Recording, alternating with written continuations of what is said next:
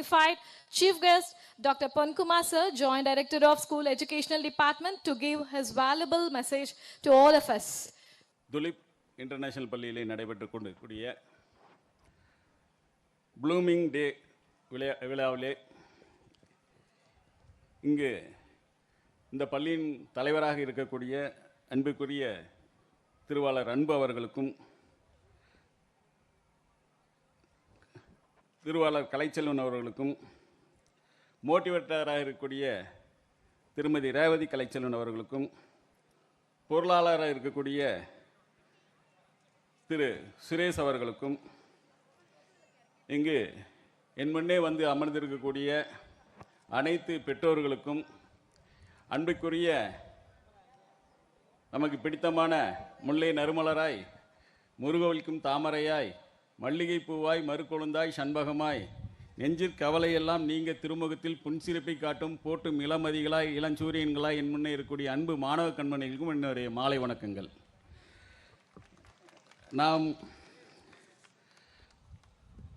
நாம் என்னவாக வேண்டும் என்பது நினைப்பதற்கு பல்வேறு காரணங்கள் இருக்கிறது. நாம் பள்ளியிலே இருக்கும்போது, நானும் படிக்கும்போது பல்வேறு கனவுகளோடு தான் பள்ளியில் படித்தேன். அதற்கு என்ன கனவுகள் என்றால், நான் ஒரு கவிஞராக வேண்டும், இசைஞராக வேண்டும், ஓவியராக வேண்டும், பாடகராக வேண்டும், நாடகாசிரியராக வேண்டும், நடிகராக வேண்டும், சொற்பொழிவாளராக வேண்டும், விளையாட்டு வீரராக வேண்டும், விஞ்ஞானியாக வேண்டும், மருத்துவராக வேண்டும், பொறியியலராக வேண்டும், அரசியல் அறிஞராக, அறிவியல் மேதையாக, ஐஏஎஸ் ஐபிஎஸ் போன்ற அலுவலராக ஆக வேண்டும் என்ற கனவோடு தான் நீங்களும் வைத்திருக்கிறீர்கள். ஆனால் ஏதாவது ஒன்று தான் ஆக முடியும் என்பதுதான் உண்மையான உண்மை. ஆக இதில் என்ன வேண்டுமென்றால், உலகிலே நாங்கள் புகழ் பெறக்கூடிய, மற்றவர்களெல்லாம் போற்றக்கூடிய அளவிலே தங்களுடைய தகுதியை வளர்த்து கொள்ள வேண்டும். இதுதான் உண்மை. இதற்கு 3 காரணங்கள் தேவை. விடாமுயற்சி, புத்திசாலித்தனம், தன்னம்பிக்கை. விடாமுயற்சி, புத்திசாலித்தனம், தன்னம்பிக்கை இருந்தால் வாழ்க்கையில் வெற்றி பெறலாம். உங்களுக்கு தெரியும், ஒரு பையன், ஏற்கனவே சொல்கிற கதை தான், ஒரு பையன் ரொம்ப படிக்க மாட்டான், சரியாக படிக்க மாட்டான். உடனே அவங்க டீச்சர் சொன்னாங்க, உங்கள் பையன் ஒழுங்காக படிக்கலை, நீங்கள் வந்து உங்கள் அம்மாவை கூட்டிகிட்டு வான்னாங்க. அம்மாவை கூட்டிகிட்டு வந்தான். அம்மாவை கூட்டிகிட்டு வந்த உடனே, உங்கள் ஒழுங்காக பையன் படிக்கலை, நீங்கள் வந்து டிசி வாங்கிட்டு போங்கன்னு சொன்னாங்க. டிசி வாங்கிட்டு போகிறேன்னு சொன்ன பிறகு அந்த டீச்சருக்கு, அந்த அம்மா எவ்வளோ சொல்கிறாங்க, என் பையன் வந்து இனிமேல் படிப்பாங்கன்னுட்டு. இல்லை நீங்கள் வந்து டிசி வாங்கிட்டு போங்க அப்படின்னு சொன்னாங்க. சரி அப்படின்ட்டு டிசி கொடுத்துட்றாங்க. டிசி வாங்கிட்டு போயிடுறாங்க. அந்த பையனுக்கு வந்து அப்பாவுக்கு தொழில் நஷ்டம் வந்ததுனால அவமானம் தாங்காமல் அந்த பையன் அந்த ஊரை விட்டே போகிறான். அவங்க போகிற ஊர் வந்து நியூயார்க். நியூயார்க் போன பிறகு ரயிலில் பேப்பர் விற்கிறான். ரயில் பெட்டிகளில் வந்து பேப்பர் விற்றுட்ருக்கான். ஒரு நாள் விற்காத பேப்பரை படிக்கும்போது பாஸ்பரஸ் எரியுன்னு படிக்கிறான். அந்த பாஸ்பரஸ் எரியுன்னு படிக்கும்போது அந்த பாஸ்பரஸில் வந்து கடையிலேருந்து வாங்கிட்டு வந்து ரயில் பெட்டியில் வந்து பரிசோதிக்கிறான். ரயில் பெட்டி தீப்பிடிச்சிக்குது. ரயில் பெட்டி தீப்பிடிச்ச உடனே அனைத்து ஊழியர்கள் என்ன செய்கிறாங்க, அவனை கொண்டு போய் ஸ்டேஷன் மாஸ்டர்னு எடுத்துகிறாங்க. ஸ்டேஷன் மாஸ்டர் என்ன செய்கிறாரு, விசாரித்து ஓங்கி அறையிறாரு. அதுலேருந்து அவனுக்கு ஒரு காது கேட்காம போயிடுது. அந்த ஒரு காது கேட்காத அந்த மாணவன், அந்த பையன் தன் 18 வயசுலேயே முதல் கண்டுபிடிப்பை கண்டுபிடிக்கிறான். தான் சாகக்கூடிய 82 வயது வரை 1682 கண்டுபிடிப்புகளை கண்டுபிடித்து சாகிறான். அவனுதான் உங்களுக்கு தெரிந்த தாமஸ் ஆல்வா எடிசன். நான் பேசக்கூடிய ஒலி வாங்கி, இந்த ஒலி பெருக்கி, ஒலி விளக்கு, நீங்கள் பார்க்கக்கூடிய சினிமா, இந்த கான்கிரீட் பில்டிங், சேஃப்டி பின் அனைத்தும் கண்டுபிடித்தவன் தாமஸ் ஆல்வா எடிசன். விடாமுயற்சி, தன்னம்பிக்கை, புத்திசாலித்தனத்திற்கான உதாரணம் அவன். நாம் நிறைய பேர் பெற்றோர்லாம் சொல்லுவீங்க, என்ன ஆகணும் அப்படின்ட்டு. நாம் எல்லாருமே ஒரு கனவு தான் இருக்குது, டாக்டர் ஆகணும், என்ஜினியர் ஆகணும் அப்படிங்கிறது தான். அது மட்டுமே வாழ்க்கையில் பல்வேறு பணிகள் இருக்கிறது என்பதற்கு தான் உங்களுக்கு முன்ன சொல்லிட்டேன். கவிஞராகணும், இசைஞராகணும், ஓவியராகணும், பாடகராகணும். நாம் புகழ்பெற்ற நபராக வேண்டுமானால் தனித்திறமையை வளர்த்து கொள்ள வேண்டும். உங்களுக்கெல்லாம் தெரியும், நான் வந்து கல்வித்துறையிலேருந்து வந்ததுனால பாஸ் ஆகணும்னு சொல்கிறத விட வேறு ஆகணும்னு தான் சொல்லிகிட்டு இருக்கேன். ரகுமான் தெரியுமா உங்களுக்கு? தெரியுமா? இளையராஜா தெரியுமா? கங்கை அம்மன் தெரியுமா? பட்டுக்கோட்டை கல்யாண சுந்தரம் கேள்விப்பட்டுக்கிறீங்களா? கண்ணதாசன் கேள்விப்பட்டுக்கிறீங்களா? ஒரு உண்மை தெரியுமா, இவங்க யாரும் 10வது பாஸ் பண்ணலை. இதுதான் உண்மை. ஆக தனித்திறமை மூலமாக அவர்கள் உலக புகழையும் பொருளையும் ஈட்டி இருக்கிறார்கள். நீங்கள் தனித்திறனை வளர்த்து கொள்ள வேண்டும். நான் அதனால தான் உங்களுக்கு சொன்னேன், கவிஞராகணும், ஓவியராகணும்னு. ஏன்னா ஒரு பையன் எப்போ பார்த்தாலும் படம் வரைஞ்சிக்கிட்டே இருந்தான். வீட்டில் படம் வரைஞ்சிக்கிட்டே இருக்கிறத பக்கத்தில் இருக்கிற டாக்டர் பார்த்தாரு. அவர் வந்து அவனை கூப்பிட்டு, ஏண்டா என்னை வேண்டாம், நீ டாக்டராக வேண்டாமா, ஏன் என்னை போல படம் வரைந்து கொண்டு நீ படம் வரைந்து கொண்டுகிறே இருக்கிறாயின்னு. ஐயா எனக்கு படம் வரைகிறதெல்லாம் ரொம்ப விருப்பம், நான் படம் வரைந்து கொள்வது தான் என்னுடைய விருப்பம்னு சொல்கிறான். சரி என்னை வரைந்து காட்டேனுங்கிறார். இவன் ஒரு வாரம் வரத்துக்குள்ளே வரைஞ்சி எடுத்துகிட்டு வாங்குறாரு. ஒரு வாரம் ஆகுது, பையன் வரல. ஒரு வாரம் கழித்து டாக்டர் என்ன அந்த பையன் வரலையேன்னுட்டு அவன் வீட்டுக்கு போகிறாரு. வீட்டில் போய் பார்த்தா அந்த பையன் அவரை வரைந்த தாள்கள் கீழே கிடக்கு. கீழே கிடக்கும்போது எடுத்து பார்க்குறாரு. இது என்ன இதன் சரியாக வரைஞ்சிருக்கிறாயே, ஏன் என்னிடம் கொண்டு வரவில்லை என்று கேட்கிறார். அப்போது அவன் சொல்கிறான், ஐயா என்னிடம் நீங்கள் சொல்லிய போது உங்கள் முடி காட்டிலே அலைபாய்ந்து கொண்டிருந்தது. 12 முடியா 14 முடியா என்று எனக்கு எண்ணிக்கை தெரியவில்லை. இப்போது சரியாக 14 முடி என்று கணித்து விட்டேன், ஆகவே வரைந்து விட்டேன் என்கிறான். அந்த பையன் உங்களுக்கெல்லாம் தெரிஞ்ச பையன்தான். நீங்கள் கேள்விப்பட்டிருப்பீங்க, டாம் அண்ட் ஜெர்ரி, மிக்கி மவுஸ்லாம் வரைஞ்ச வால்ட் டிஸ்னி தான் அந்த பையன். இன்றைக்கி அவங்ககிட்ட இருக்கிற திறமையான ஒரு உலகம் பூரா அவன் பிரபலம் அடைந்ததுக்கு காரணம் அவனுடைய தனித்திறன். பெற்றோர்களுக்கு தான் நம்ம அட்வைஸ் பண்ணணும். பையனுக்கு என்ன அட்வைஸ் பண்ணுறது? நீங்கள் என்ன கேட்டாலும் பசங்களுக்கு அட்வைஸ் பண்ணி என்ன பிரயோஜனங்கிறது தான். நீங்கள் என்ன ஆக வேண்டும் என்பது பையனுக்கு உறுதுணையாக இருக்க வேண்டும் என்பது தான். ஏன்னா இங்கே வந்து 10வது படிக்கிற மாதிரி ஒரு ஈஸி எதுவுமே கிடையாது. உங்களுக்கெல்லாம் சொல்கிறேன், படிக்கிற மாதிரி ஈஸி எதுவுமே கிடையாது.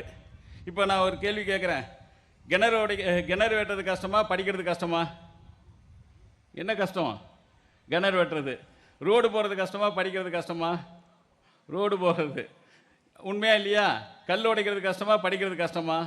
ஆனால் நம்ம ஒரு பேசுகிற ஒரு டயலாக் என்ன தெரியுமா? கஷ்டப்பட்டு படின்னு சொல்கிறோம். ஆனால் இஷ்டப்பட்டு படித்தால் வாழ்க்கையிலே வெற்றி பெறலாம். படிப்பதற்கு கஷ்டமே தேவையில்லை. நிறைய பேர் நிறையா படிச்சிருக்காருன்னு சொன்னாங்க, அதெல்லாம் ரொம்ப ஈஸி படிக்கிறதெல்லாம். ஏன்னா நீ என்னை பொறுத்தவரை கல் உடைப்பது தான் என்னை பொறுத்தவரை கஷ்டமாக இருக்கும். ஆனால் நாம் என்ன மாதிரி படிக்கணும், எதெல்லாம் படிக்கணும்னா, 10வது பாடப்புத்தகங்களை நான் எழுதும்போது உங்களுக்கு தெரியும், டைம் லைன் இருக்கா இல்லையா? பிள்ளைங்களாம் எல்லாம் டான்ஸில் இருக்காங்க போல இருக்குது. அதான் டைம் லைன் இருக்குது. ஆக்சுவலாக டைம் லைனுங்கிறதுல ஒரு 10 மார்க் 5 மார்க்கு நம்ம ஸ்டேட் போர்டில் கேட்பாங்க, சிபிஎஸ்சியில் அது கேட்குறாங்க. எனக்கு தெரியும் 1857 1950 வரையிலும் இருக்கிறதுல ஏதாவது ஒரு 5 ஆண்டுகள் அவங்க கேட்டுக்கிட்டே இருப்பாங்க. எனக்கு அது வந்து வழக்கமாக பள்ளிக்கல்வித்துறையிலே வரக்கூடிய அனைத்து கேள்விகளையும் இடம்பெறும்.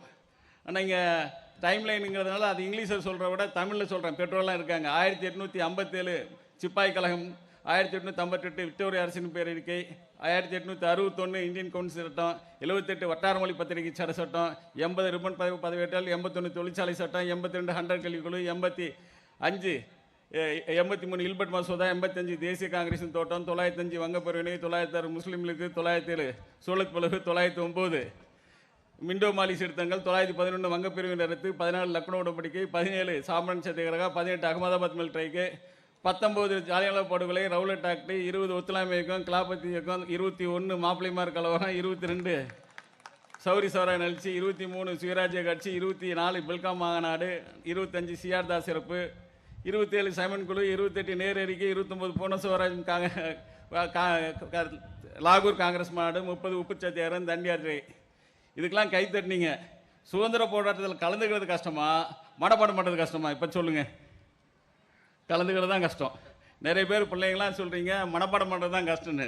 கலந்துக்கிறது தான் கஷ்டம். எதுவுமே வந்து கவிதை எழுதுவது தான் கஷ்டம். இப்போ வரும்போதே நம்ம ரேவதி சொன்னாங்க, மழை வருதுன்னு போல இருக்குது சார், ரொம்ப மழையாக இருக்குது, மழை வரத்துக்குன்னாலும் நம்ம ஆரம்பிச்சிடணுன்னுட்டு. மழையை பற்றி கடந்த 2 வருடங்களுக்கு முன்னே மழையை பற்றி கவிதை எழுதுதல்னு 10ஆம் வகுப்பு பாடப்புத்தகத்தில் இருந்தது. மழையை பற்றி எழுதின பையன் இதான் நம்மளுடைய பாடத்தில் இருந்தது. ஒரு ஏழை பையன் மழையை பற்றி கவிதை எழுதுகிறான். ஒரு ஏழை பையன், மழை கூட அழகுதான், மழை கூட அழகுதான், வீடு ஒழுகாத வரை. ஒரு பள்ளிக்கூடமே போகாத ஒரு கி ராஜநாராயணன் மழையை பற்றி கவிதை எழுதுகிறாரு. மழைக்கு கூட நான் பள்ளிக்கு ஒதுங்கியதில்லை, மழைக்கு கூட நான் பள்ளிக்கு ஒதுங்கியதில்லை. ஒரு நாள் மழை பெய்தது, பள்ளியில் ஒதுங்கினேன், அப்பொழுதும் பள்ளியை பார்க்கவில்லை, மழையே பார்த்து கொண்டிருந்தேன். இன்னொரு டீனேஜ் பையன் மழையை பற்றி கவிதை எழுதுகிறான். மழை வருவதற்குள் போய் பார்க்க வேண்டும், மழை வருவதற்குள் போய் பார்க்க வேண்டும், அவள் போட்ட கோலத்தை. நீங்கள் தப்பாக நினச்சிங்க, எனக்கு தெரியும். அதே மாதிரி சின்ன பொண்ணு மழையை பற்றி கவிதை எழுதுறா. மழையில் நனையும் ஆசையோடு, மழையில் நனையும் ஆசையோடு ஒவ்வொரு வீட்டிலும் காத்திருக்கிறது ஒரு குடை. ஒரு தமிழ் வாத்தியார் மழை பற்றி கவிதை எழுதுறாரு. மழையும் கவிதையும் ஒன்றுதான், மழையும் கவிதையும் ஒன்றுதான், எப்போது வரும் எப்போது போகுமென யாருக்கும் தெரியாது, ஆக இதெல்லாம் ஒரு ஒரு கவிஞர்களின் எண்ணத்திலே உதித்த சிந்தனைகள் தான். இப்போ மழை வருதுங்கிறதுக்காக சொல்றதுக்காக அல்ல, மழை வருவதை பற்றி யோசித்து அதை பற்றி எழுதுவதுதான் கடினமோ ஒழிய மழையை பற்றி மனப்பாடம் செய்து எழுதுவதெல்லாம் மிக எளிது. நீங்கள் படிக்கலாம், சின்ன வயசில் இமயமலை உங்களுக்கு சிலபஸில் இருக்குது, சிபிஎஸ்சி சிலபஸ்லையும் இருக்குது. இமயமலை பற்றி எழுதுக, ரைட் அபவுட் த ஹிமாலயாஸ்ன்ட்டு. ஹிமான்னா உங்களுக்கு தெரியும் பனி, லயம் என்றால் உறையும் இடம், ஹிமாலயஸ் என்றால் பனி உறையக்கூடிய இடத்தை ஹிமாலயாஸ்ன்னு வடமொழியில் சொன்னாங்க. ஹிமாத்திரிங்கிறது வந்து பனி, திரிஞ்சு போயிடுச்சுன்னா பால் கெட்டியாச்சு அப்படின்னா திரிஞ்சிடுச்சுன்னு அர்த்தம். பனி கெட்டியாக்குறது ஹிமாத்திரி. அந்த ஹிமாத்திரியில் தான் நங்க பர்வதம், நந்ததேவி, கஞ்சன்ஜங்கா, காட்வின் நஸ்டின்னு, எவரெஸ்ட் சிரங்கள்லாம் இருக்குது. இமாவே பனியே ஜலமாக மாறினா அதுக்கு பேர் இமாச்சல். சீலம், சீன, ராவி, ஃபியாஸ், ஜட்லெஸ், அலக்நந்தா, கோமதி, டீஸ்டா இப்படிங்கிற இமா சலமாக மாறுறதெல்லாம் வந்து இமாச்சல். இதெல்லாம் வந்து பாடப்புத்தகத்தில் இருக்குது. என்னை பொறுத்தவரை இமயமலையில் ஏறுறது கஷ்டமா, மனப்பாடம் பண்ணுறது கஷ்டமா? ஏறுவது தான் கடினம். எவரெஸ்டில் ஏறினவர் தான் நம்ம சாதனையாளர்னு சொல்லிட்டு இருக்கோம். உண்மையாக அப்படியெல்லாம் சாதனையாக நீங்கள் உருவாக்க வேண்டும் என்பதற்காகத்தான் இந்த விழாக்களை எல்லாம் நடத்திட்டு இருக்காங்க. ஒரு விழாவிலே வந்து நாம் கல்வித்துறையில் வந்து 3 விஷயத்தை தான் நாங்கள் சொல்லித்தரோம். ஒன்று கரிக்குலர், இன்னொன்று எக்ஸ்ட்ரா கரிக்குலர், இன்னொன்று கோ கரிக்குலர். கரிக்குலர்னா பாடத்திட்டம். நீங்கள் 10வது 12வது 8வது எந்த பரீட்சை பாஸ் பண்ணாலும் அது பேர் கரிக்குலர். பாடத்திட்டத்தில் பாஸ் பண்ணுறது அது பேர் தேர்வு திருவிழா. கோ கரிக்குலருங்கிறது விளையாட்டு விழா, அறிவியல் விழா, என்எஸ்எஸ், ஸ்கவுட்டு, இதெல்லாம் வந்து மன்றங்கள்லாம் வந்து கோ கரிக்குலர் ஆக்டிவிட்டீஸ்னு சொல்லுவோம். இதுவும் இருக்குது.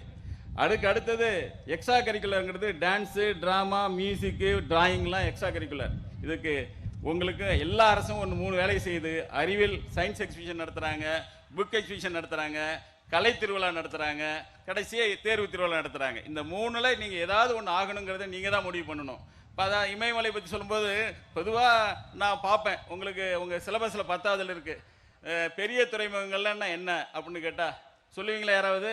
Major boards. இல்லை அமைதியாக இருக்கீங்க. மேஜர் போர்ட்ஸை நீங்கள் மெமரியில் வச்சுக்கிறது ரொம்ப ஈஸி தான். எப்படின்னா கான்லா இன் குஜராத்து, மகாராஷ்டிரா நவசேவா அண்ட் நவசேவா ஜவஹர்லால் மகாராஷ்டிரா, மர்மகோவன் கோவா, மங்களூர் துறைமுகம் இன் கர்நாடகா, கொச்சின் கேரளா, தூத்துக்குடி, சென்னை, எண்ணூர் இன் தமிழ்நாடு, விசாகப்பட்டினம் ஆந்திர பிரதேஷ், பாரதிபுரம் ஒரிசா, ஹால்டியா அண்ட் கல்கத்தா இன் மேற்கு வங்காளம். இதுதான் வந்து மனப்பாடமாக சொல்கிறது. இங்கே போனதில்லை. இதை மனப்பாடமாக சொல்லிட்டா ஈஸியாக பாஸ் பண்ணிடலாம். ஆனால் அங்கே போகிறது தான் கஷ்டம். புரியுதா? நிறைய மலைத்தொடரை பற்றி தெரியும். நமக்கு வந்து ஜாஸ்கர்லன்னா என்னன்னு இதெல்லாம் உங்கள் பாடப்புத்தகத்தில் இருக்குது. இதெல்லாம் மனப்பாடம் பண்ணி வைத்து கொண்டால் பின்னாளிலே உங்களுக்கு பெரிய வசதியாக இருக்கும். ஏன் இதை மனப்பாடம் பண்ணணும்னு சொல்கிறேன்னா, நிறைய பேர் நிறைய எக்ஸாம் இவ்வளோ தான் இருக்குன்னு நினச்சிட்டு இருக்காங்க. நிறைய பேரண்ட்டுங்களுக்கு உங்களுக்கு தான் சொல்கிறேன், பையனை இதைத்தான் படிக்கணும்னு சொல்லாதீங்க. Indian institute of Science space டெக்னாலஜின்னு ஒரு இன்ஸ்டியூட் இருக்குது. Indian institute of Science Education ரிசர்ச்னு ஒரு இன்ஸ்டியூட் இருக்குது. 6 மாநிலத்தில் இருக்குது. Chennai Mathematical Institute entrance examination இருக்குது. Indian Statistical Institute entrance examination இருக்குது. இது ரெண்டுக்கும் பிஎஸ்சியோ இல்லை பிஏ ஜாயின் பண்ணும்போதே 5000 மாதம் 5000 பணம் கொடுத்துருவாங்க. புரியுதுங்களா? அதுக்கு என்ட்ரன்ஸ் இருக்குது. Tata institute of fundamental research entrance examination இருக்குது. சென்ட்ரல் யூனிவர்சிட்டி என்ட்ரன்ஸ் டெஸ்ட்னு இருக்குது. இப்போ 56 பல்கலைக்கழகங்களுக்கு என்ட்ரன்ஸ் எக்ஸாமினேஷன் வைக்கிறாங்க. அதனால போகலாம். அதில் இந்தியன் மேரிடைம் யூனிவர்சிட்டி இருக்குது. நீங்கள் கப்பல் கட்டுறது, கப்பலை பற்றி படிக்கிறது, துறைமுகங்களுக்கு போகிறதெல்லாம் Indian Maritime University entrance examination இருக்குது. அப்புறம் நெஸ்ட்னு இருக்குது, நேஷனல் என்ட்ரன்ஸ் சயின்ஸ் டெஸ்ட்னு புவனேஸ்வர்லையும் மகாராஷ்டிராவிலையும் இதுக்கான என்ட்ரன்ஸ் இருக்குது. இதெல்லாம் நீங்கள் 12வதுலேருந்து எழுத ஆரம்பிக்கணும். 11லேருந்தே உங்களுக்கு என்ட்ரன்ஸ் எக்ஸாமினேஷன் இருக்குது. அப்புறம் நைப்பர்னு இருக்குது, National Institute of Pharmaceutical Education ரிசர்ச்னு ஒரு என்ட்ரன்ஸ் எக்ஸாமினேஷன் இருக்குது. All India Pre Veterinary Test, veterinary கோர்ஸுக்கு நம்ம தமிழ்நாடு வெட்டினரி சயின்ஸ் கால்நடை மருத்துவம் மட்டும் இல்லை, இந்தியாவில் இருக்கக்கூடிய சென்ட்ரல் கவர்மெண்ட்டோடைய வெட்டினரி காலேஜுக்கு என்ட்ரன்ஸ் எக்ஸாமினேஷன் இருக்குது. அடுத்தது வந்து National Institute of Fashion Technology இருக்குது. அப்புறம் நாட்டான்னு சொல்லுவாங்க, நேஷனல் ஆப்டிடியூட் டெஸ்ட் ஃபார் ஆர்கிடெக்சர்ட்டு, அதுக்கான ஒரு என்ட்ரன்ஸ் எக்ஸாமினேஷன் இருக்குது. Indian institute of Science entrance examination இருக்குது. National Defence Academy entrance exam இருக்குது. Combine Defence Service entrance examination இருக்குது. அப்புறம் Indian Council for Agriculture Research, agriculture படிக்கணும்னா நீங்கள் நமக்கு அக்ரி காலேஜ் தான் கிடையாது. இந்தியாவில் இருக்கக்கூடிய பெரிய பெரிய சென்ட்ரல் கவர்மெண்டோட அக்ரிகல்ச்சரில் பிஎஸ்சி அக்ரி படிக்கிறதுக்கும், ஹார்டிகல்ச்சர் படிக்கிறதுக்கும், ஃபாரஸ்ட்ரி படிக்கிறதுக்கான என்ட்ரன்ஸ் எக்ஸாமினேஷன்ஸ் இருக்குது. அப்புறம் இந்தியா பிட்ஸ் பிளானின்னு ஒன்று இருக்குது, பில்லா இன்ஸ்டியூட் ஆஃப் டெக்னாலஜின்னு ஒன்று இருக்குது. பிலானியில் இருக்குது, இப்போ ஹைதராபாத்தில் இருக்குது, இப்போ சிம்லாவில் இருக்குது. இதுக்கு ஒரு என்ட்ரன்ஸ் எக்ஸாமினேஷன் இருக்குது. National Science Nautical Science Entrance டெஸ்ட்னு ஒன்று இருக்குது. நாட்டிக்கல் சயின்ஸுங்கிறது கப்பலை பற்றி, கப்பல் ஓட்டுவதை பற்றியான படிப்பு இருக்குது. அப்புறம் யூனிவர்சிட்டி பெட்ரோலியம் எனர்ஜி டெக்னாலஜின்னு இருக்குது, 6 ஐஐடியில் இருக்குது. இதுக்கு ஒரு என்ட்ரன்ஸ் எக்ஸாமினேஷன் இருக்குது. அது இல்லாமல் கிளாட்னு ஒன்று இருக்குது, சென்ட்ரல் லா அட்மிஷன் டெஸ்ட்டுன்னு ஒன்று என்ட்ரன்ஸ் எக்ஸாமினேஷன் இருக்குது. இப்போ நான் சொல்லிட்டு இருக்கிறதெல்லாம் என்ட்ரன்ஸ் எழுதி போய் படிக்கிறாங்க, அந்த இன்ஸ்டியூட் இருக்குது.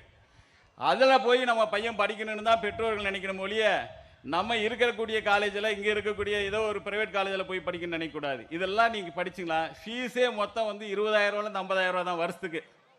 புரியுதுங்களா? இதெல்லாம் சென்ட்ரல் கவர்மெண்ட் இருக்கக்கூடிய என்ட்ரன்ஸ் எக்ஸாமினேஷன். இது வந்து நான் சயின்ஸ் கோர்ஸுக்கு சொல்லியிருக்கேன். ஆர்ட்ஸ் கோர்ஸுக்கு நிறையா இருக்குது. சார்ட்டர்ட் அக்கௌண்டன்சி இருக்குது, +2 முடிச்ச உடனே சார்ட்டர்டு காஸ்ட் மேனேஜ்மெண்ட் அக்கௌண்டன்சி இருக்குது, கம்பெனி செக்ரட்டரிஷிப் ஆப் இருக்குது, humanities and social science entrance exam. ஐஐடியில் எம்ஏ சோசியாலஜியும் எக்கனாமிக்ஸ் படிக்கலாம். ஐஐடியில் எம்ஏ சோசியாலஜியும் எக்கனாமிக்ஸும் படிக்கலாம். அப்புறம் வந்து ஃபுட்வேர் டிசைன் டெவலப்மெண்ட் இன்ஸ்டியூட்னு ஒன்று இந்தியாவில் முழுக்க ஒரு 21 ஸ்டேட்டில் வச்சுருக்காங்க. அது ஆக்சுவலாக நமக்கு சென்னையில் வந்து சென்ட்ரல் லெதர் ரிசர்ச் இன்ஸ்டியூட்டில் வச்சுருக்காங்க, அது மாதிரி இருக்குது. அப்புறம் வந்து ஸ்ரீராம் காலேஜ் ஆஃப் காமர்ஸில் வந்து பிகாம் படிக்கலாம். அங்கே லேடி ஸ்ரீராம் காலேஜ் டெல்லியில் இருக்குது. இவங்கெல்லாம் ரொம்ப ஃபீஸ் கம்மி, 15,000 20,000 தான் இருக்கும். அப்புறம் Indian institute of mass communication, இப்போ ஜேர்னலிசம் படிக்கணுமா, நீங்கள் மீடியாவுக்கு போகணுமா, இல்லை வந்து ஏதாவது ஆகணும்னா அதுக்கு Indian institute of mass communication entrance examination இருக்குது. நான் வந்து எக்கனாமிக்ஸ் நல்லா படிக்கணும்னா மெட்ராஸ் ஸ்கூல் ஆஃப் எக்கனாமிக்ஸ் இருக்குது. அப்புறம் Madras School of Social Science social ஒர்க்குன்னு ஒன்று இருக்குது.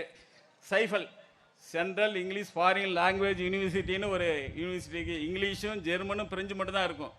நீங்கள் யோசிக்கிறீங்க, இவ்வளோ காலேஜஸ் இருக்குது சென்ட்ரல் கவர்மெண்ட்டில், இவ்வளோ படிப்பு இருக்குது, இதுக்கெல்லாம் என்ட்ரன்ஸ் பாஸ் பண்ணி போனால் ஒரு 20,000 50,000 தான் ஃபீஸு. இதுக்கு நாம் போனோமா, நம்ம சமூகம் போயிருக்கோம். ஆனால் இதுக்கு போகிற ஒரு சமூகம் இருப்பாங்க தெரியுங்களா, இதில் படிக்கிற ஒரு சமூகம் இருந்துகிட்டு தெரியுமா, அவள் கடந்த 50 ஆண்டுகளாக அதை படிச்சுட்டு இருக்காங்க, என்ட்ரன்ஸ் எழுதி தான் அதை பாஸ் பண்ணி போகிறாங்க.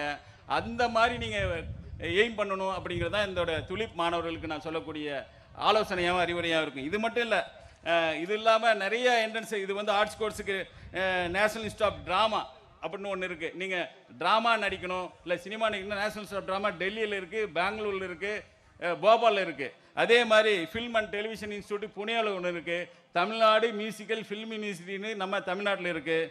அதே மாதிரி காஞ்சிகிராம் ரூரல் டீம்டு யூனிவர்சிட்டி, மேக்ஸிமம் இப்போ எல்லா யூனிவர்சிட்டியுமே யூஜி கொண்டு வந்துட்டான். பழைய காலத்தில் வந்து முன்னையெல்லாம் வந்து பிஜி, அதாவது முதுகலை படிப்புன்னு சொல்லக்கூடிய எம்ஏ எம்எஸ்சிக்கு தான் பல்கலைக்கழகம் இருந்தது.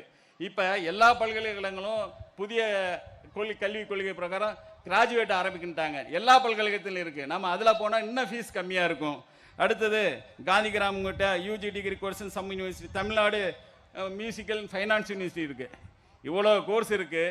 இவ்வளோ கோர்ஸை படிக்காமல் விட்டுட்டு இன்னும் நேராக சொல்லிகிட்டே இருக்கலாம். நாம் என்ன செய்கிறோம், வெறும் என்ஜினியரிங் ஆர் மெடிசன் இதுலேயே விட்டுட்டா அப்புறம் இந்த கோர்ஸ்லாம் படிக்கிற ஒரு சமூகம் இருக்குது தெரியுங்களா, அதில் நாம் போய் வேலை பார்க்கணும் தெரியுமா. எனக்கு தெரியும், இந்தியன் எக்ஸ்பிரஸ் இந்துன்னு பேப்பர்லாம் நிறைய பேர் வந்து இப்போ தான் படிக்கிறாங்க வாங்குறாங்கன்னுட்டு. இந்த இந்தியன் எக்ஸ்பிரஸ் 100 வருஷமாக வந்துட்டு இருக்கு. அதை பதிப்பிக்கிறவங்க, அதில் எழுதுறவங்க, அதை வாங்குறவங்களாம் இருக்காங்களா இல்லையா? இந்த நிலையை நோக்கித்தான் இந்த பள்ளிக்கூடமும் இங்கே இருக்கக்கூடிய மாணவர்களும் போக வேண்டும். அந்த நிலையை நோக்கித்தான் இந்த பெற்றோர்கள் அவருக்கு உறுதுணையாக இருக்க வேண்டும். நீங்கள் ஒரு தனியார் கல்லூரியில் சீட்டு கிடைக்கிறதுக்கு ஒரு பெரிய விஷயமே கிடையாது. இப்போ நிறைய 550 காலேஜஸ் இருக்குது, engineering college 550 600 arts science college இருக்குது. இதில் சீட்டு கிடைக்கிறது பெருசில்லை, வேலை கிடைக்கணும்ல. வேலை கிடைச்சா நான் முன்ன சொன்னேன் இல்லைங்களா, நாலேஜ் எல்லாம் இருக்க முடியாது. சயின்ஸுங்கிறது பெரிய விஷயமா பேசிட்டு இருக்கிறாங்க. நானும் கூட நினச்சேன் சயின்ஸுங்கிறது, நான் சயின்ஸ் இல்லை காமர்ஸு. சயின்ஸ் இருக்கும்போது மூளை, பெருமூளை, முகுளம், சிறுமூளை, முகுளம், தண்டுவடம்னு இருக்கும். அடுத்தது கண், ஐரிஸு, ஐலாசு, விழுவியல் படம், கருவிழி படம்னு இருக்கும், தமிழில் சொல்கிறேன். அடுத்தது செவிப்பறை இருக்கும். அடுத்தது லங்ஸ் பற்றி இருக்கும். என்ன இருக்கும், தமனி சரின்னு ஆங்கிலத்தில் சொல்லுவாங்க. நுரையீரல், கார்பன் டை ஆக்சைடு, ஆக்சிஜன் உள்ளே போய் கார்பன் டை ஆக்சைடு வெளிவருது. அது எதையும் right ventricle, left ventricle, right auricle, left auricle, சீரண மண்டலம்னு சொல்லுவாங்க. இறைப்பை, சிறுகுடல், பெருகுடல், அடுத்து கழிவு நீர் மண்டலம். இன்னும் எண்டோகிரின் கிளான்னு ஒன்று இருக்குது. அது ஒன்றும் இல்லை, பிட்யூட்டி, ஃபினலினி, தைராய்டு, பாராதைராய்டு, லாங்காங்கன் திட்டுகள், அட்டிலின், பாங்க்ரியாசி, டெஸ்டிஸ் அண்ட் ஓவரிஸ், இவ்வளோதான். இதுக்கு ரொம்ப அதிகமாக நம்ம பயங்கரமாக இருப்போம். மனப்பாடம் பண்ணுறது தான் இது. இதை புரிந்து கொள்வது தான் புத்திசாலித்தனமும் இருக்க முடியும், அறிவாளித்தனமாக இருக்க முடியும். இதை புரியாமையே என்ன மனப்பாடம் பண்ணிட்டு இருக்கிறதுனா என்ன பயன்? நான் என்னை பொறுத்தவரை கம்பராமாயணம் எழுவது தான் கடினம். கம்பராயணத்திலே இருக்கக்கூடிய 4 பாடல்களை படித்துக்கொண்டு நான் பெரிய விற்பனன் என்று சொல்வதிலே என்ன பெருமை இருக்க முடியும்? நான் ஏற்கனவே சொன்னதை போல கவிஞராக வேண்டும், இசைஞராக வேண்டும், ஓவியராக வேண்டும், பாடகராக வேண்டும், நாடகாசிரியராக வேண்டும், நடிகராக வேண்டும், சொற்பொழிவராக வேண்டும், விளையாட்டு வீரராக வேண்டும், விஞ்ஞானியாக வேண்டும், வழக்கறிஞராக வேண்டும், அரசியலறிஞராக, அறிவியல் மேதையாக ஆக வேண்டும் என்பதுதான். அதற்கு நீங்கள் நிச்சயமாக படிக்க வேண்டும்.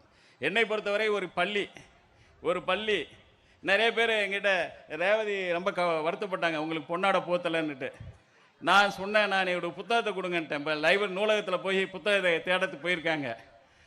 ஒரு பள்ளி நல்ல மாணவனை உருவாக்கிக்கிறது, ஒரு நூலகம்தான் நல்ல மனிதனை உருவாக்கிக்கிறது. நிச்சயமாக உங்களுக்கெல்லாம் நான் கேட்குறேன், யாராவது நீங்கள் பெற்றோர்கள்லாம் பசங்களை லைப்ரரிக்கு கூட்டி போயிருக்கீங்களா? புரோட்டா கடைக்கு கூட்டி போயிருப்பீங்க, சிக்கன் கடைக்கு கூட்டி போயிருப்பீங்க, சினிமா தேட்டருக்கு கூட்டி போயிருக்கீங்க. உங்கள் ஊரில் நூலகம் இருக்குது ஆரணியில், தெரியுமா? ஆரணியில் சார்வாகன்னு ஒரு பெரிய எழுத்தாளர் இருக்கார். நான் ஆரணி ஆண்கள் மேல்நிலை பள்ளியும் போது அதில் தான் படித்தாராம். மிகப்பெரிய எழுத்தாளர் ஆரணி குபுசா முதலியார் தான் வந்து ஏறத்தாழ 70 புத்தகங்களை எழுதிய ஒருவர். ஆரணி குபுசா முதலியாருங்கிறது தான் முதல் துப்பறியும் கதை மன்னராக இருந்தார். ஆரணியில் தான் இருப்பார்.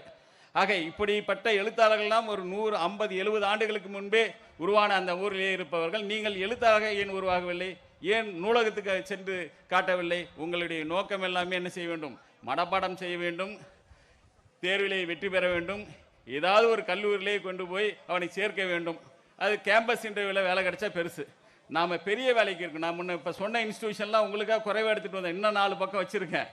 இன்னும் 4 பக்கம் இங்கே படித்தா உங்களுக்கு வேற எங்கள் தலையை சுற்றிடுமோன்னு விட்டுட்டேன். காரணம் என்னென்னா, இவ்வளோ இன்ஸ்டியூட்டில் படிக்கிறாங்க. ஒரு 50 ஆண்டுகளாக இந்த இன்ஸ்டியூஷன் இருக்குது. வெறும் ஐஐடி ஒரு மெடிக்கல் காலேஜ் மட்டுமே பேசிட்டு இருக்கிறது எப்படி நியாயமாக இருக்க முடியும்? அந்த இன்ஸ்டியூட்டில் அந்த நிறுவனங்களிலே படிக்கக்கூடிய முறைகளை இந்த பள்ளி செய்ய வேண்டும். இந்த பள்ளிக்கு வந்திருக்கிறது எதற்காக? இந்த போன்ற நிறுவனங்களிலே நாங்கள் சேருவதற்கான ஏற்பாட்டை இந்த பள்ளி செய்ய வேண்டும். அதுக்கு பெற்றோர்கள் உறுதியாக இருக்க வேண்டும். நாம் பையனுங்களை வந்து நம்ம வந்து படி அப்படின்னு சொல்வதை விட படிப்பதற்கு நீங்களாம் நிறைய பேர் நினைக்கிறீங்க படிக்கிறது வந்து நிறைய பேர். இன்னைக்கு கூட இஸ்ரோ விஞ்ஞானி நாராயணன் வந்து பொறுப்பேற்றிருக்காரு. இதுக்கு முன்னால் சிவன் இருந்தார். இதுக்கு முன்னால் அதே கன்னியாகுமரிக்கால இருந்தவர் அப்துல் கலாம் இருந்தார். எல்லோரும் அரசாங்க பள்ளியிலே படித்தவர்கள். ஆனால் இன்றைக்கு அப்படி அல்ல என்று குழந்தைகளுக்கு தெரியும். இவ்வளோ பெரிய பள்ளியில் உங்களெல்லாம் படிக்க வைக்கக்கூடிய வாய்ப்பை இந்த பெற்றோர்கள் தந்திருக்கிறார்கள். நீங்கள் அதை விட இஸ்ரோவுக்கோ அல்லது வேறு அதை விட விக்ரம் சாராபாய் சென்டருக்கோ நீங்கள் தலைவராகக்கூடிய நிலையை நீங்கள் தான் ஏற்படுத்தி கொடுக்க வேண்டும். பெற்றோர்கள் வந்து அவங்களுக்கு தெரிஞ்ச விஷயங்கள்லாம் சொல்லி பணத்தை எல்லாம் செலவு பண்ணி படிக்க வைக்கிறாங்க. அதற்கான வாய்ப்பை உருவாக்க தர வேண்டியவர்கள் யாராக இருக்க முடியும்? நிச்சயமாக இந்த வாய்ப்பை பெற்றுத்தரவர்கள் பெற்றோரும் ஆசிரியரும் தான். வெறும் 10வது படிக்கிற பையனை போய் என்ன சொல்ல முடியும்?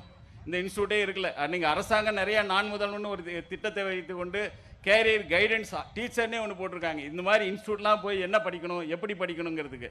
ஆகவே 9ஆம் வகுப்பு 10ஆம் வகுப்பு படிக்கும்போது நேஷனல் டேலண்ட் சர்ச் எக்ஸாமினேஷன்ஸ் இருக்குது. ஆக்சுவலாக இது வந்து 8ஆவதுல ஒரு மாதிரி நடத்துகிறாங்க, 10ஆவதுல நடத்துகிறாங்க. ஏனென்றால் அது பாஸ் பண்ணால் மாதம் 1000 ரூபா. நீங்கள் டிகிரி முடிக்கிறவங்களும் மாதம் 1000 ரூபா தராங்க. அப்படியாப்பட்ட ஒரு எக்ஸாம்லாம் இருக்குது. அதெல்லாம் எழுதாமல் இருக்கிறது எப்படி நியாயமாக இருக்க முடியும்? ஆக இதை போல் நீங்கள் நல்ல சிந்தனையாக இருக்கும். விடாமுயற்சி பற்றி ஒருத்தர் ரயிலில் அவர் வந்து நிலக்கரியை வெட்டி எடுக்கும் தொழிலாளி. அவர் நிலக்கரியை வெட்டி எடுத்துக்கிட்டு இருப்பார். அவர் வெட்டி எடுத்துகிட்டு போய் டீ கடையில் உட்காந்து யோசிச்சுட்டே இருப்பார். அவர் நண்பர்கள்லாம் கேட்டாங்க, ஏன் நீ வந்து எப்போத்தாலும் நின்று கொண்டே தூங்கிக்கிட்டு இருக்க? நின்று கொண்டு தூங்கும் கனவு காணும் கோமான் அப்படின்னு கிண்டலாக சொன்னாங்க. அவர் கேட்டாங்க, நீ என்ன செய்ய போறீங்கன்னு. இல்லை, இந்த நிலக்கரியை வெட்டி எடுத்து நிலக்கரியில் ஒரு இயந்திரத்தை செய்து அந்த இயந்திரத்தை நான் ஓட்டப் போகிறேன் அப்படிங்கிறாரு. நிலக்கரி வச்சு என்ன இயந்திரம் செய்ய போகிறாய் அப்படின்னு கேட்குறாங்க. ஒரு என்ஜின் செய்கிறன்னாரு. எத்தனை டன் நிலக்கரி பிடிக்கும் என்றால் அது நிச்சயமாக ஒரு 2000 டன் பிடிக்கும் என்றார். 2000 டன் ஒரு வண்டியில் போட்டால் வண்டி போகுமா? சக்கரங்கள் அமிலாதா? அந்த என்ஜின் ஓடுமான்னு கேட்குறாங்க. நான் அதுக்கு முயற்சி செய்கிறேங்கிறாரு. ரொம்ப முயற்சி பண்ணி தான் ரயிலுங்கிற 2 தண்டவாளத்தில் கண்டுபிடிச்சி அதில் 3000 டன் நிலக்கரி ஏற்றி நீராவெஞ்சி கண்டுபிடித்த ஸ்டீவன்சன் அவர் தான் வந்து ஒரு சாதாரண நிலக்கரி இழக்கிற ஃபோர்மன் அப்படின்னு சொல்லுவாங்க. விடாமுயற்சி, தன்னம்பிக்கை, புத்திசாலித்தனம் இருந்தால்தான் இருக்கும். இந்த டிக்ஷனரிலாம் பார்ப்போம். ஜான்சன் டிக்ஷனரின்னு தான் முதல் டிக்ஷனரி. இப்போ நிறைய டிக்ஷனரி வச்சுருப்பீங்க. அந்த காலத்தில் பேப்பர் கிடையாது. அவர் ஒரு முறை ஜெயிலில் தூக்கி போட்டாங்க, ஏதோ அரசாயை பற்றி சொன்னார்ன்ட்டு. ஜெயிலிலே அவருக்கு பலகாரங்கள்லாம் வரக்கூடிய இந்த ரொட்டி சுட்டி கொண்டு வர பேப்பர்லாம் ஆன்சர் அவர் எழுதுவார். எழுதி ஒவ்வொரு வார்த்தைகளாக எழுதினார். அதுதான் முதல் டிக்ஷனரி, ஜான்சன் டிக்ஷனரி பேர். பேப்பர் வாங்க காசு இல்லை, பேனா வாங்க காசு இல்லை, எவ்வளவோ கஷ்டத்தில் இருந்தாங்க. இப்போ எல்லாம் வாங்கி தராங்க. ஸ்கூலும் தந்துடுது, பேரண்ட்டும் தந்துடுது. இவ்வளோ கொடுத்து நாம் ஒரு எதையும் கண்டுபிடிக்கவில்லை என்றால், எதையும் நாம் புதியாக செய்யவில்லை என்றால், அது நம்ம மாணவர் கண்மணிகளே நாம் அதுக்கு நம்ம வாய்ப்பை இழக்கிறோன்னு அர்த்தம். ஆகவே நீங்கள் மட்டும் ஏற்படுத்தி கொள்வது வாய்ப்பை ஏற்படுத்தி கொள்ள வேண்டும். அதற்கு உறுதுணையாக நமது பள்ளியும் பெற்றோரும் இருக்க வேண்டும். எப்பயுமே நிறைய கதையை சொல்லிட்டு இருப்பேன். சரி, நான் வரும்போதே சொன்னாங்க, போன முறை வந்து நிறைய கதையை சொல்லிட்டு இருந்தாங்க. கதையெல்லாம் ஒன்றும் பெருசாக இருக்கிறதெல்லாம் இல்லை. எல்லாரும் உங்களை அடிக்கிறாங்களா இல்லையா? எல்லாம் குழந்தைங்களாம் இப்போ அடிக்கிறாங்கன்னு தலை காட்டுறாங்க. இப்படி தான் ஒரு டீச்சர் அட்வைஸ் பண்ணாங்க, அன்பு மாணவர்களே, நீங்கள் யாரும் அடிக்கக்கூடாது, யாராவது அடித்தால் அந்த உயிரை காப்பாற்ற வேண்டும்னு. உடனே ஒரு பையன் என்கிட்ட கேட்டாங்க, அன்பு மாணவர்களே, யாராவது அடிச்சிங்களா, அடித்த உயிரை காப்பாற்றிருக்கீங்களான்னு. ஒரு பையன் சொன்னான், டீச்சர், ஒரு இளைய மாணவன் ஒரு உயிரை துன்புறுத்தி கொண்டிருந்தான் டீச்சர், அவனிடமிருந்து அந்த உயிரை காப்பாற்றினேன். என்ன உயிரப்பா அது? ஒரு இளைய மாணவன் ஒரு நாயை உதைத்து கொண்டிருந்தான் டீச்சர், அவனிடமிருந்து அதை காப்பாற்றினேன். எப்படி காப்பாற்றினாய்? நாயை உதைத்து கொண்டிருந்த அவனை பிடித்து நன்றாக நான் உதைத்தேன் டீச்சர். இது எதுக்கு சொல்கிறேன்னா, எங்கள் வாத்தியார் இப்படி தான் இருப்பார், தமிழ் ஆசிரியர். முன்னால் கை நீட்ட சொல்லுவார், ஏண்டா படிக்கல முட்டி அந்த ஸ்கேல் உடையிலும் அடிப்பார். அடிப்பதனால் ஒன்றும் இல்லை, இந்த குழந்தைகள் ஒன்றும் கற்கள் அல்ல. நீங்கள் வந்து இவர்களை வந்து சிற்பங்களாக செதுக்குகிறோம் என்ற ஒரு வசனத்தை வேற பேசுவாங்க. இவர்கள் ஒன்றும் கற்கள் அல்ல, இவர்கள் மலர்கள். இந்த பூக்களை பறிக்காதீர்கள் என்று நான் சொல்லுவேன். இவர்களை அந்த வீரம் விவேகம் என்று உரமிட்டு வளர்த்தால் வருங்காலத்திலே நல்ல மலர்களாக, மனம் வீசக்கூடிய மலர்களாக மலர்வார்கள். நான் முடிவுக்கு வரேன். அது ஒரு மழைக்காலம். திடீர்னு என்ன செய்கிறாங்க, ஊரில் இருக்கிற இளைஞர்கள்லாம் மழை பெஞ்ச உடனே வயல்களுக்கு தானியங்களை விதைக்க போகிறாங்க. அப்போ ஒரு வயதான முதியவர் மட்டும் கனி தரும் மரக்கன்றுகளை நட்டுட்டு இருக்காரு. கனி தரும் மரக்கன்றுகளை நட்டு இருக்கும்போது இளைஞர்கள் கிண்டலாக பார்த்துட்டு பேசிட்டு போகிறாங்க, இது என்ன, ஏதோ வந்து கனி தரும் மரக்கன்று நட்டு வைக்கிறாரு, இது என்னைக்கு வளர்ந்து மரமாகி பூவாகி காயாகி கனி தரும், அதை உண்ணலாம் என்று எண்ணுகிறாரா, இவருக்கே 80 வயதுக்கு மேலே இருக்கிறது என்று கிண்டலாக பேசிக்கொண்டு இருக்கிறார்கள். மாலை முழுவதும் தானியங்களை வைத்துவிட்டு இளைஞர்கள் திரும்பி வருகிறார்கள். அப்பொழுதும் அந்த வயதான முதியவர் கனி தரும் மரக்கன்றுகளை நட்டு கொண்டே இருக்கிறார். இளைஞர்கள் அவர்களை பார்த்து கேட்கிறார்கள், என்ன பெரியவரே, என்ன செய்து கொண்டிருக்கின்றேன்? அன்பர்களே, நான் கனி தரும் மரக்கன்றுகளை நட்டு கொண்டிருக்கிறேன் என்கிறார். என்ன, இது வளர்ந்து மரமாகி பூவாகி காயாகி கனி தரும், அதை உண்ணலாம் என்று எண்ணுகிறீர்களா என்று கிண்டலாக கேட்கிறார்கள். அவர் சொல்கிறார், இல்லை அன்பர்களே, நான் உண்டு அனுபவித்து ரசித்து மகிழ எனது முன்னோர்கள் பல்வேறு கனி தரும் மரக்கன்றுகளை நட்டு வைத்தார்கள். அவர்களுக்கு செய்யும் நன்றி கடனாகத்தான் இந்த கனி தரும் மரக்கன்றுகளை நட்டு கொண்டிருக்கிறார். அப்படி நல்ல கனி தரும் மரங்களாக, இந்த கனி தரும் மரங்களாக பெற்றோர்களும் ஆசிரியர்களும் திகழ வேண்டும். அந்த கனி தரும் மரங்களே விளையக்கூடிய கல்வி கனிகளாக, அறிவு கனிகளாக, வாழ்க்கையின் வெற்றி கனிகளாக இந்த மாணவ செல்வங்கள் வளர வேண்டும் என்று சொல்லி வாழ்த்தி விடைபெறுகிறேன். நன்றி, வணக்கம்.